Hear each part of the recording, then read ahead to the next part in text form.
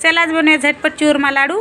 तर इथे बघा आपण 2 वाटी गव्हाचं पीठ घेतलं आहे, त्याच्यामध्ये पाव वाटी रवा आणि पाव वाटी बेसन पीठ घ्यायचं आहे, 1 चम्मच तूप घ्यायचं आहे, त्यानंतर मिक्स करून घ्या व्यवस्थित आणि थोडं थोडं पाणी टाकून याचं घट्ट असं पीठ मळून घ्यायचं आहे। आपण चपातीला मळतो त्याच्यापेक्षा थोडं कडक मळायचं आहे। त्यानंतर बघा असे याच्या मुठ्या बनवून घ्यायच्यात। आपण तेल गरम करायला म्हणलं, तुम्ही तेलात या तर तुपात तुमच्या आवडीप्रमाणे फ्राय करू शकता आणि तेलामध्ये आपण छान असा गोल्डन कलर येऊपर्यंत फ्राय करून घेऊया। तर बघा इथे आपले हे सगळं गोल्डन कलर आला, काढून घेऊया। आता याला थोडं थंड झालं की तोडून घ्यायचं आणि मिक्सरमध्ये याला बारीक पावडर करून घेऊया आपण। तुम्हाला हवा असेल तर तुम्ही चाळून घेऊ शकता, पण मी व्यवस्थित बारीक करून घेतले। त्यानंतर थोडी इलायची टाकली, काजू बदाम टाकले, तुम्ही तुमच्या आवडीप्रमाणे टाका। आता एका कढईमध्ये आपण 3 चम्मच तूप टाकले, त्यानंतर 1 वाटी गूळ टाकला। गूळ फक्त आपल्याला पिघळून घ्यायचा आहे। लगेच आपण पटकन याच्यामध्ये मिश्रणमध्ये सगळं टाकूया गूळ आणि गरम हाईतवरच मिक्स करून घ्यायचं। त्यानंतर 1 चम्मच खसखस टाकायची। व्यवस्थित आपले लाडू तयार झाले बघा, एकदम मस्त असे। व्हिडिओ आवडला असेल तर लाईक करा।